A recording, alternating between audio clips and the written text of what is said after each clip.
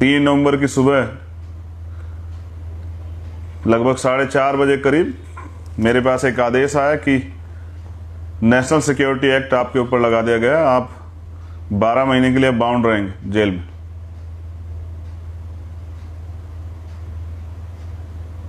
तो ठीक है, सरकार की मर्जी है, सरकार लगा दे। उस दिन पहली बार राजनीतिक सत्ता, जिसके लिए बाबा साहब अम्बेडकर ने कहा पॉलिटिक्स द मास्टर की, राजनीतिक सत्ता वो चाबी है जो आपकी सारी परेशानियों के हल खोल सकती, आपकी सारी परेशानियों का हल कर सकती। फिर कभी कोर्ट, कभी तारीख, बीमार हुआ तो इलाज बंद, जज साहब से कोर्ट में कहा तो तारीखें बंद। फिर 2 अप्रैल का हादसा हुआ, मैं 8 दिन, 2 अप्रैल का आंदोलन, उसके बाद तमाम तरह से मुकदमे, गिरफ्तारी। और मुझे लगा कि इस देश में संवैधानिक दृष्टिकोण से मैं अपने आंदोलन को आगे बढ़ाता हूं, तो मैंने जेल में भूख हड़ताल कर दी 6 अप्रैल से। 14 अप्रैल तक 8 दिन लगातार भूख हड़ताल चली, सरकार को कोई फर्क नहीं पड़ा। फिर एक दिन आया जो आज है, 13 सितंबर, और मुझे पता लगा कि सरकार ने मेरा एक मुकदमा जो रासुका का था, नेशनल सिक्योरिटी एक्ट का, उसको हटा दिया है। बाकी सभी मुकदमे झुके तू हैं। तो आज इस समय लगभग वो सूचना मेरे पास आ गई। फिर उत्तर प्रदेश के इतिहास में पहली बार ऐसा हुआ कि रात को 2:30 बजे किसी व्यक्ति को छोड़ा गया। उनका इरादा सुबह छोड़ने का था, लेकिन जिस तरह के भीड़, जिस तरह के समर्थक, जिस तरह का प्यार, जिस तरह का भाईचारा बाहर बना, तो सरकार की नींद हराम होगी। सरकार ने सोचा कि रात को ही छोड़ दो। और जब मैं घर लौट रहा था, कुछ साथियों को चोट भी लगी। और ये वो दिन है कि जब ये तय किया गया, लाइफ में आदमी के पास चुनने का मौका होता है, तो हमने तय किया कि अब जीवन के अंतिम क्षण तक सामाजिक परिवर्तन, आर्थिक मुक्ति के माननीय काशीराम साहब के आंदोलन और बाबा साहब के संविधान को लागू कराने के आंदोलन को चलाना। इस बीच में जब मैं जेल में रहा तो हमारे बहुत सारे साथी हमारे साथ जेल में रहे। हमारे साथ माननीय राष्ट्रीय अध्यक्ष जी, प्रमुख राष्ट्रीय महासचिव, प्रमुख राष्ट्रीय उपाध्यक्ष और सहारनपुर के लोग, मुजफ्फरनगर के लोग, हमारे नौजवान नेता, तमाम लोग वहां बंद थे। एक एक दिन कार्यकर्ताओं का आना, बहनें, माताएं, परिवार के लोग, और मुझे रिहा कराने के लिए कई आंदोलन भी हुए। अपनी मेहनत की कमाई से हमारे लोगों ने आंदोलन किए। जब मैंने भूख हड़ताल शुरू की तो उस समर्थन में बहुत सारे गांव में भूख हड़तालें शुरू की गई।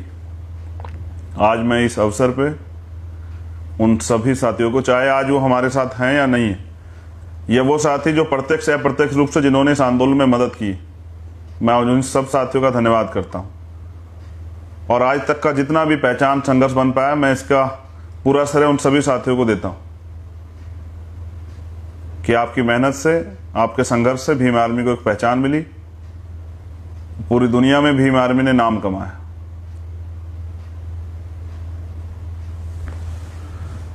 ये आंदोलन अभी अधूरा है। इससे जिस लक्ष्य के लिए इस आंदोलन को तय किया गया था, भीम आर्मी भारत एकता मिशन को, वो पूरा नहीं हुआ। देश के बहुजन समाज के लोगों में एकता नहीं बनी। एजुकेशन का जो काम हमने शुरू किया था, स्कूल खोलने का, वो काफी बड़े पैमाने पे हम लोग सफल हो पाए, क्योंकि शिक्षा, बाबा साहब अम्बेडकर ने कहा शिक्षा शेरनी का वो दूध है जो पिएगा वो दहाड़ेगा। तो जब हमारे लोगों ने एजुकेशन लेनी शुरू की और हमने देखा कि बुनियादी रूप से तब सभी सरकारों ने मिड डे मील और तमाम तरह की योजना चला के हमारे लोगों को शिक्षा से दूर करने का प्रयास कर लिया है। महंगी पढ़ाई, महंगे का स्कूल और एक तरफ प्राइमरी स्कूलों में पढ़ाई खत्म कर दी गई। तो जो भीम आर्मी के लीडरान द्वारा जो तय किया गया कि स्कूल, कोचिंग सेंटर खोले जाएंगे, वो बड़े पैमाने पर खुले। मैं आज भी आपसे उम्मीद करता हूं कि उस काम को जारी रखिए। ये हमारा पहला काम था। दूसरा काम था हमें जो बाबा साहब अम्बेडकर हमें रास्ता दिखा के गए 22 प्रतिज्ञाओं में और तमाम तरह से भारतीय संविधान में भी आर्टिकल 51 में जो मूल कर्तव्य हैं उसमें, कि हमें अंधविश्वास, पाखंडवाद जिसके शिकार हम लोग होते हैं, तमाम तरह के वो त्यौहार जिनके नाम पे हमारे लोगों का शोषण किया जाता है, उनसे दूरी बनानी चाहिए। और आज भी भीम आर्मी के लोग उस काम कर रहे हैं। मैं भीम आर्मी के सभी साथियों से कहना चाहता हूं, पूरे देश में और दुनिया में जो भीम आर्मी के समर्थक साथी हैं, आज नेपाल से भी भीम आर्मी से जुड़ने के लिए लोग आए थे। अब नेपाल में भी भीम आर्मी काम शुरू होगा, जल्द ही जो है वहां के प्रदेश अध्यक्ष की घोषणा की जाएगी। अम्बेडकरवादी आंदोलन पूरी दुनिया में, बस वहां शोषित लोगों के नाम बदलते हैं, उनके रंग बदलते हैं, उनके कद बदलते हैं, उनकी भाषा बदलती है। लेकिन ये एक ऐसा समय है जहां हिटलर शाही हावी पूरे देश में, भारत के अंदर और दुनिया के अंदर डेमोक्रेसी का मजाक बनाया जा रहा है, लोकतंत्र की धज्जियां उड़ाई जा रही। मैं आपसे यह भी स्पष्ट कर देना चाहता हूं, कुछ साथी अभी कहते हैं कि जब तक भीम आर्मी थी हमारा पूरा समर्थन था,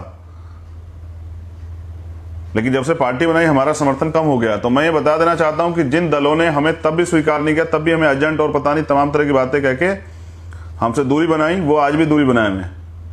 उन्होंने कभी हमें स्वीकार नहीं किया, इसके गवाह आप खुद हैं। कभी किसी पार्टी ने जिसके लिए आपने खून पसीना दिया, जिसके लिए आपने संघर्ष किया, जिसको वोट दिया, कभी उसने आपका समर्थन एक दिन किया हो? आजाद समाज पार्टी बनाने से पहले कुछ गलतफहमी आपको दूर करनी चाहिए। कभी उस दल के एक नेता ने आपके लिए ये नहीं कहा कि नहीं भीम आर्मी अच्छा काम कर रही है, भीम आर्मी के लोग संघर्ष कर रहे हैं, नौजवान बाबा साहब के आंदोलन को आगे बढ़ाने काम कर रहे हैं। तो ये चीजें अब खोखली हो चुकी है। मैं समझता हूं कि भीम आर्मी के साथियों से मैं निवेदन करता हूं, मैं दोबारा कह रहा हूं, जैसे मैं बाबा साहब के लिए कहता हूं कि आप थे तो हम हैं, लेकिन मैं तो आपसे भी कह रहा हूं, आप हैं तो हम हैं। आज हम जो कुछ भी हैं वो आपकी वजह से।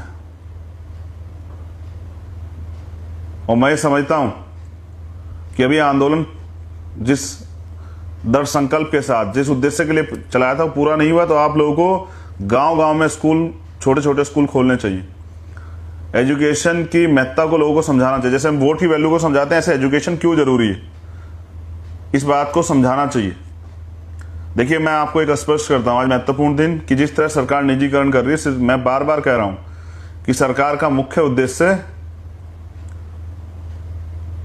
निजीकरण करके सरकारी नौकरियों को खत्म करना है। सरकारी नौकरियां खत्म, रिजर्वेशन खत्म। इस पे अपर कास्ट के लोग कभी कभी खुश होते हैं कि रिजर्वेशन खत्म हो जाएगा। अब तो आपके पास भी 10% आर्थिक आधार पर आरक्षण है। आपको पता लग गया होगा कितने जो है इनकी आरक्षण की वजह से कितने आपके रास्ते में बाधाएं उत्पन्न हुई हैं, और कितने अयोग्य लोग जो है नौकरियों पर जा रहे हैं। अरे सर, ये सिर्फ आपके गलतफहमियां, इसको दूर कीजिए। रिप्रेजेंटेशन है कि किस समाज की कितनी भागीदारी सिस्टम में है, क्योंकि जब एक जैसी विचारधारा के लोग कहीं बैठ जाएंगे तो उससे विपरीत विचारधारा के लोगों का शोषण ही होगा, चाहे उनको न्याय नहीं मिलेगा। इसलिए रिप्रेजेंटेशन, आरक्षण की व्यवस्था की गई कि हर वर्ग की, जो प्रदेश और देश में रहने वाले हर वर्ग के लोग की हिस्सेदारी हो, जो उनके साथ अन्याय ना, उनके लिए नीतियां बने, उनको आगे बढ़ने के रास्ते मिले, उस समाज का सामाजिक आर्थिक विकास हो। तो जिस तरह से सरकार निजीकरण का मुख्य उद्देश्य, जैसा मैंने पहले भी कहा कि इनके आरएसएस के नेता ये कहते थे कि हम आरक्षण को इतना निष्क्रिय कर देंगे कि इसका रहते हुए भी कोई फायदा नहीं होगा। आज उसी को आगे बढ़ाया जा रहा है। जब सरकारी डिपार्टमेंट नहीं रहेंगे तो सरकारी नौकरी कहाँ रहेगी, और जब सरकारी नौकरी नहीं रहेगी तो आपको आरक्षण व्यवस्था के थ्रू आपको कौन नौकरी देगा। फिर वास्तविक हालात हो जाएंगे, अगर आज आरक्षण के बिना, सरकारी डिपार्टमेंट के बिना अगर आपको किसी महकमे को देखना है तो हम पे है। ये सफाई कर्मचारी व्यवस्था आप देख लीजिए कि क्या मिलता है उसमें और कितनी तनख्वाह मिलती है, कितना काम करना पड़ता है। निजीकरण गुलामी। जब भी आप छुट्टी मांगोगे तो प्राइवेट सेक्टर वाला कहेगा कि चलिए घर जाइए। आप कहोगे मेरी बहन बीमार है, दवाई के मुझे इलाज के लिए थोड़ा समय चाहिए, तो कहेंगे घर जाइए। आपके बाद बहुत लोगों की लाइन लगी हुई है। आप कहेंगे मेरी बहन की शादी समय चाहिए, नहीं मिलेगा। माँ बीमार है, नहीं मिलेगा। पिता बीमार है, नहीं मिलेगा। कहीं परिवार के साथ और किसी उसमें जाना, नहीं मिलेगा। आप डिप्रेशन में, कोई फर्क नहीं पड़ता, उनको सिर्फ काम चाहिए। प्राइवेट सेक्टर है, वहां कोई जवाबदेही नहीं। मैं सचेत कर रहा हूं पूरे देश में रहने वाले बहुजन समाज के लोगों को कि इस देश के दलित पिछड़े वर्ग के लोगों को गुलाम बनाने की साजिश आरक्षण व्यवस्था है। और मैं मिला था नेपाल के लोगों से, वो हिंदू राष्ट्र था, लेकिन उनको भी समझ आया कि हिंदू राष्ट्र बनने से कुछ नहीं हुआ। उनकी तरक्की के रास्ते रुके और एक वर्ग का कब्जा उस पर बना रहा, शोषण हुआ, इस वजह से उन्होंने डेमोक्रेटिक वे को अपनाया और वहां पर संविधान दिया नेपाल में।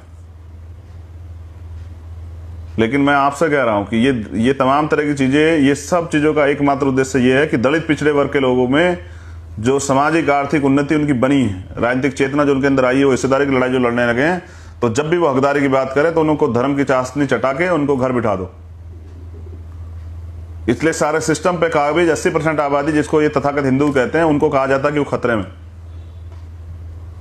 तो मैं आपसे कह रहा हूं कि भीम आर्मी के साथियों से कि पढ़ाने का पढ़ने का काम बंद ना करें। मैं आपसे फिर अपील कर रहा हूं, मैं आजाद समाज पार्टी और भीम आर्मी के सभी वर्करों से, हमारे लीडरान से अपील करता हूं, हमारे कार्यकर्ताओं से, कि बाबा साहब ने भी कहा था ना, मुझे मूर्तियों में खोजने की जरूरत नहीं, मैं किताबों में हूं। तो बाबा साहब के लिटरेचर को पढ़ें, ज्योतिबा फूले के लिटरेचर को पढ़ें, जब बाबू जगदेव प्रसाद कुशवाहा, जन्ना कपूर ठाकुर के लिटरेचर को पढ़ें, संत गाडगे जी महाराज, पेरियर रामानंद स्वामी नायकर को पढ़ें, नारायण गुरु को पढ़ें। हमारे महापुरुष ने कहा एक रोटी कम खाना, अपने बच्चों को जरूर पढ़ाना। हम तो उस बात को समझते हैं, उसकी महत्ता को समझते हैं। लेकिन बाबा साहब अम्बेडकर ने वोट का अधिकार आपको इसलिए दिलाया था कि वोट की ताकत से लोकतंत्र है, जिसके पास ज्यादा वोट होगा उसका राज आ जाएगा। उन्होंने इसके साथ ये बात कही, एडल्ट फ्रेंचाइजी के साथ इन्होंने वयस्क मताधिकार कर दिलाने के साथ इन्होंने, बाबा साहब ने बात कही कोर्ट की, कि आज मैंने रानी का पेट काट दिया है। आज के बाद राजा जो है वो आपकी वोट से तैयार होगा, बैलेट बॉक्स से तैयार होगा।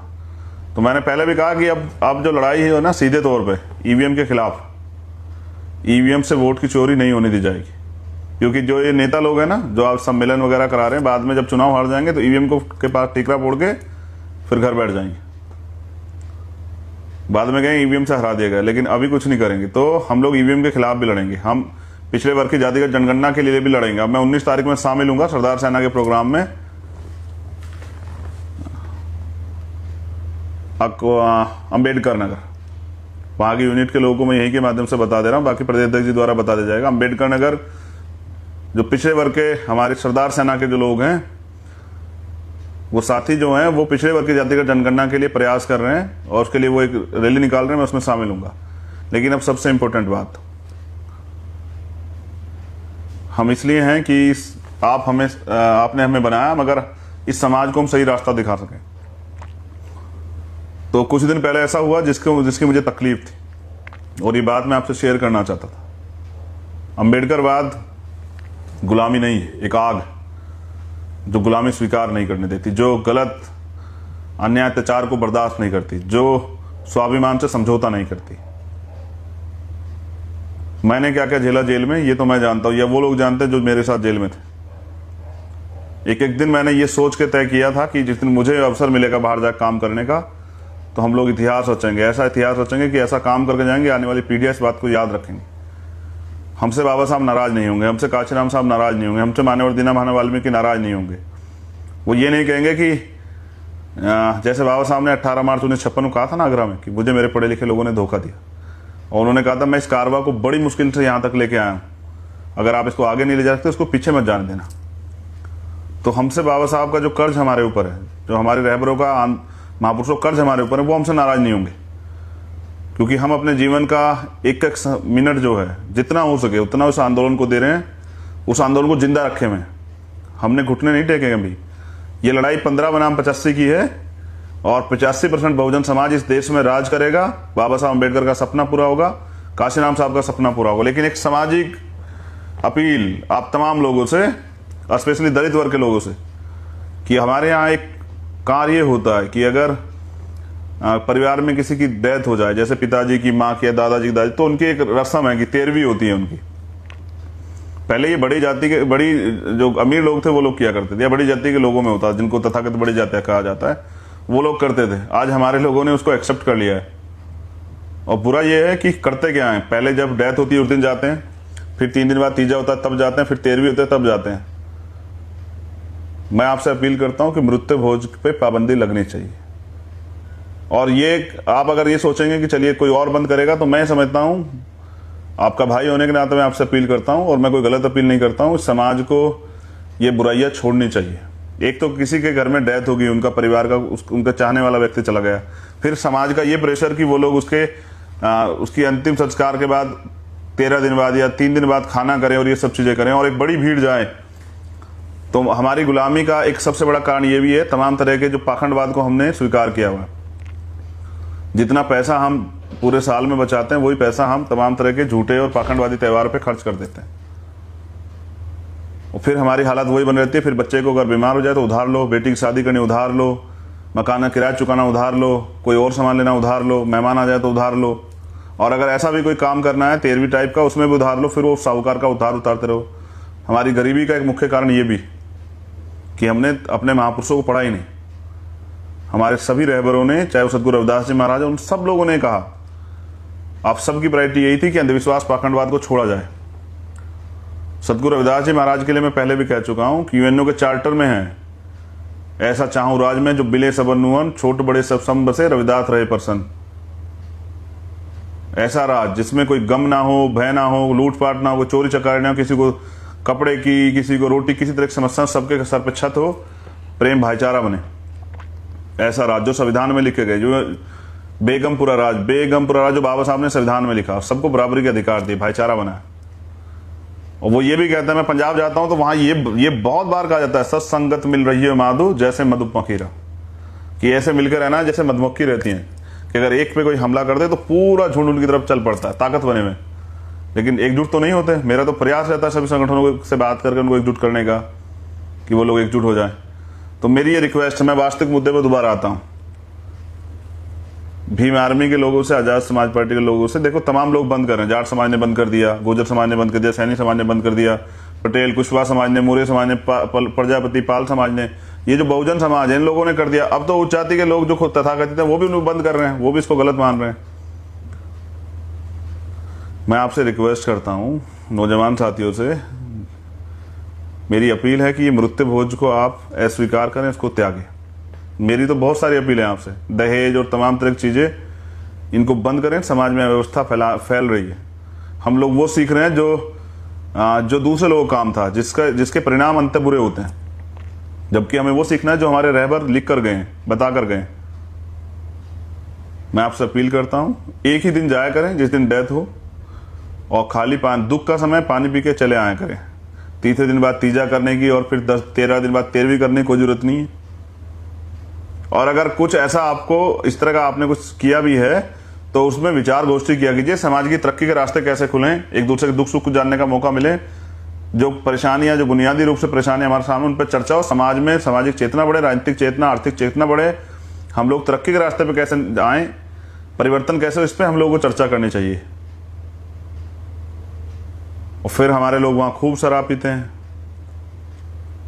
तो एक तो व्यक्ति चला गया, ये नुकसान, फिर आर्थिक नुकसान, फिर जो लोग आ रहे हैं वो 10-10, हमारे यहाँ तो बड़ा वो है देहात क्षेत्र में कि 10-10 महिलाएं आती है एक गांव से। मैं अपनी बहनों से भी कहना चाहता हूं, तो आप क्या उसको जिंदा कर देंगे जो चला गया जाके?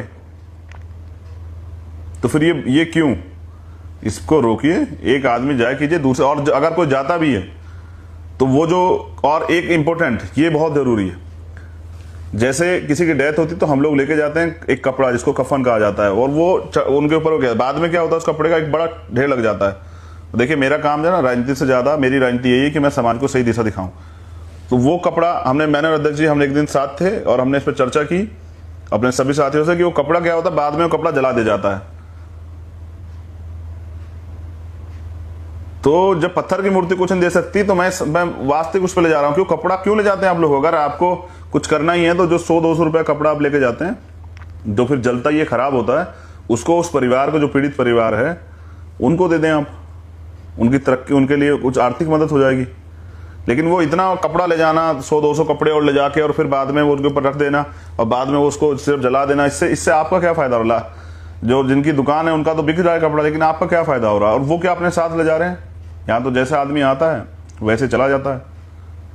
तो मेरी आपसे 2 अपील इंपॉर्टेंट है। पहली, जब आप किसी के यहाँ जाएं तो जो आपसे बन पड़े उस परिवार की मदद कर दें, इससे आर्थिक संसाधन, आर्थिक उनको सहायता होगी। किसी को कोई कपड़ा ना ले जाएं, बिल्कुल ना ले जाएं। सेकंड, ये मृत्यु भोज को त्यागें, इस पर चर्चाएं करें, गांव-गांव मीटिंग करें, उनसे बताएं सब चीजें। ये आर्थिक नुकसान अपने लोगों का ना करें। वैसे ही सरकार ने रोजगार नहीं दिया है, आर्थिक स्थिति कमजोर हो रही है, तमाम तरह की परेशानियां। तो मेरी आपसे ये निवेदन कि दूसरे लोगों से सीख लें, कम खर्चे पे सब चीजें करें, शादी ब्याह भी और इस तरह की चीजें भी। ये तमाम तरह का गलत जो है दबाव ना बनाया जाए समाज की, और ये नाक का सवाल बना के किसी को किस कर्जे में ना डुबाया जाए।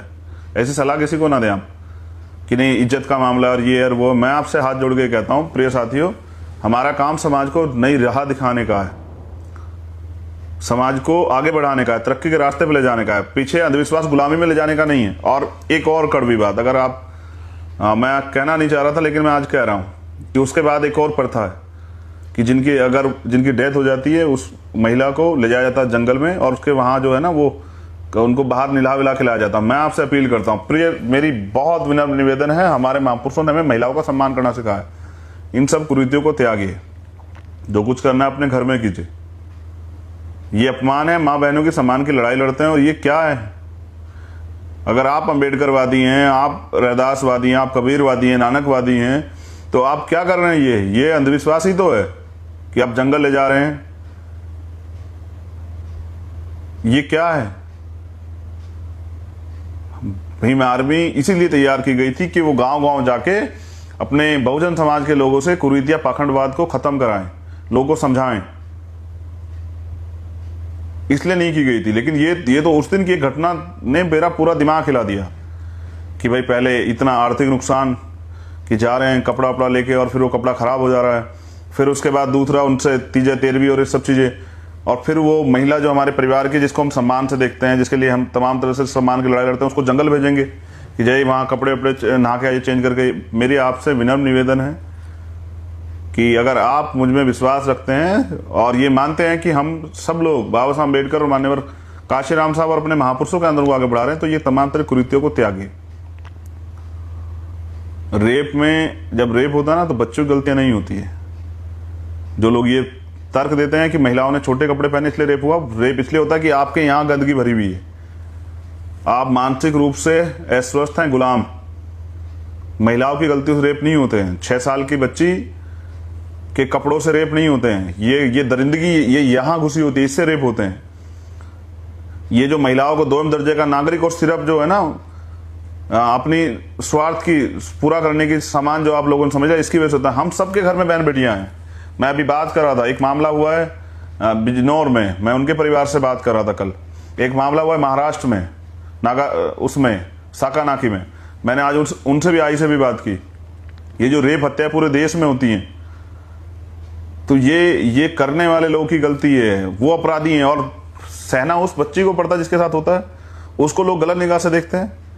वो उसको समाज में आंख झुका के चलना चाहिए, जलना उसे चाहिए जिसने ये दरिंदगी की है। क्योंकि सबके घर में बहन बेटियां, मैं तो आपसे ये निवेदन करूंगा कि एक नई सोच के साथ, बहन बेटियों माताओं के सम्मान के साथ देश में रहने वाली प्रत्येक महिला, किसी जाति धर्म की, उसके सम्मान की रक्षा करना ही एक पुरुष का दायित्व है, कर्तव्य है। लेकिन ये भेड़िए कौन है जो ये सब चीजें कर रहे हैं? तो ये भी ऐसे ही मानसिक बीमारी से ग्रसित लोग हैं। मेरा आपसे निवेदन है, कुरीतियों को त्यागे। आज मैं लगभग 16 महीने बाद अपने परिवार के बीच पहुंचा था, अपने समाज के बीच पहुंचा था। मैंने भी खुली हवा में सांस ली थी। 16 महीने तन्हाई में बंद रहा, तमाम तरह की मानसिक और परेशानियां झेली।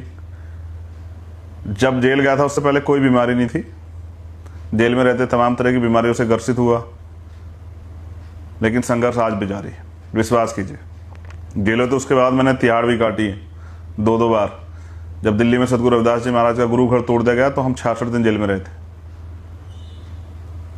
नहीं चुके हम लोग, हमने जीती वो लड़ाई।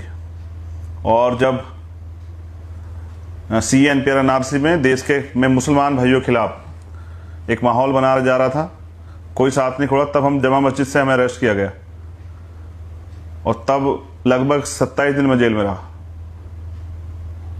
इनसे फर्क नहीं पड़ता ये आंदोलन। मैं तो जिनको नेता मानता हूं, मान्यवर साहब श्री काशीराम, वो तो शराब बंद कराने के लिए, शराब की भटिया को बंद कराने बरेली जेल में रहे और पूरे देश में उन्होंने संगठन के लोगों से गिरफ्तारी दिलवाई। हमारा असली उद्देश्य सत्ता नहीं है, सत्ता को साधन बना के हमारे महापुरुषों ने कहा कि हमें व्यवस्था परिवर्तन करना है। इस देश में समता, समानता, बंधुत्व, भाईचारा, समता मूलक समाज की स्थापना और भारतीय संविधान को पूर्ण रूप से लागू कराने की जिम्मेदारी हम लोगों पर है। तो मैं आपका आभार प्रकट करता हूं, मगर मैंने आपसे निवेदन की है, पहली, कपड़ा ना ले जाएं, दूसरी मृत्यु बहुत त्यागे हैं, और तीसरी नौजवानों से मैं कहना चाहता हूँ अपनी बहन बेटियों को बाहर ना भेजें सर, बिल्कुल ना भेजें, उनके सम्मान की सुरक्षा करें। ये अंधविश्वास पाखंडवाद नहीं होता। मैं तभी तो कहता हूँ, मैं नकार देता हूँ उनको जिनसे आप रोज जो हैं दोनों हाथ फैला के जो है मांगते हैं कि ये दे दीजिए वो दे दीजिए, कि जो अपने द्वारा निर्मित बच्चियों की रक्षा नहीं कर पाते, जो उनके चिल्लाने पे जब उनके साथ अन्याय अत्याचार होता है, दुर्भावना होती है, उनके साथ वो पीड़ित होते हैं, उनका अपमान किया, जो उनकी मदद नहीं कर सकते, वो मुझे नहीं लगता किसी की मदद कर पाएंगे। तो मैं किसी धर्म की आलोचना नहीं करता, क्योंकि भारतीय संविधान का आर्टिकल 25-26 की इजाजत नहीं देता, वो सभी को धार्मिक स्वतंत्रता देता है, लेकिन हमारा एक ही धर्म है, वो है इंसानियत। और अगर आपको किसी इंसान के दुख तकलीफ पे, उसको दुख में देख के तकलीफ नहीं हो रही, तो आप भी जानवर से कम नहीं। अगर आपकी संवेदना मर गई है तो आप भी जानवर से कम नहीं। और हाल उत्तर प्रदेश में कहूं तो ये हाल है कि उत्तर प्रदेश की सरकार डेंगू बुखार और वायरल फीवर से नहीं लड़ पा रही है। कोरोना से क्या लड़ेगी और किसी बीमारी से क्या लड़ेगी। अभी रिपोर्ट पढ़ रहा था फिरोजाबाद महाराजगंज साइड की कि 3-3 बच्चे के बेड पे पड़े हुए हैं।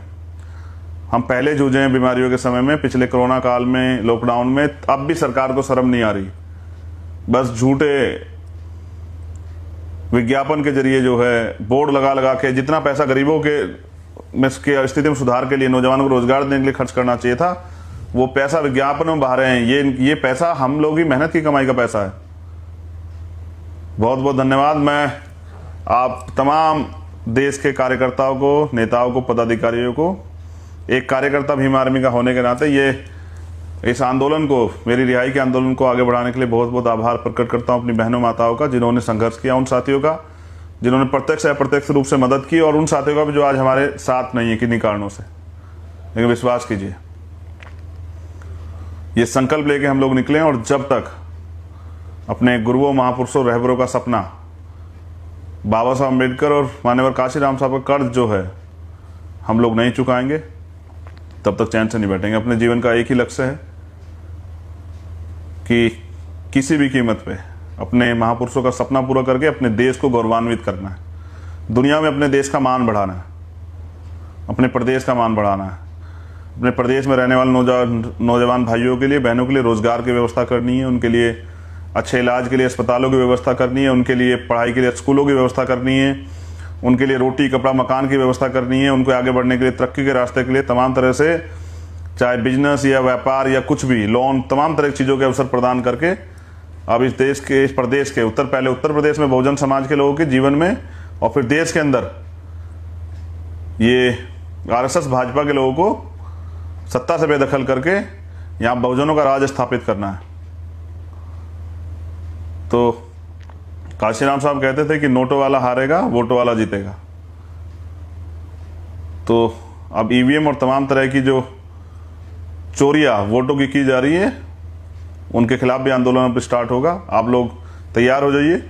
जय भीम, जय भारत, जय संविधान, और भीम आर्मी जिंदाबाद, आज़ाद समाज पार्टी जिंदाबाद। भीम आर्मी के कार्यकर्ता साथियों को धन्यवाद। आज़ाद समाज पार्टी के लोग मेहनत कर रहे हैं, संघर्ष कर रहे हैं, उनको भी धन्यवाद। लेकिन इस आखिरी मौका है अपने प्रदेश को बचाने का। कोई नहीं लड़ सकता है, ना कोई लड़ पा रहा है। अगर कोई लड़ रहा है तो वो आप है। अपने संगठन को मजबूत कीजिए। अगले इस महीने में सितंबर के बूथ कमेटी को कंप्लीट कीजिए।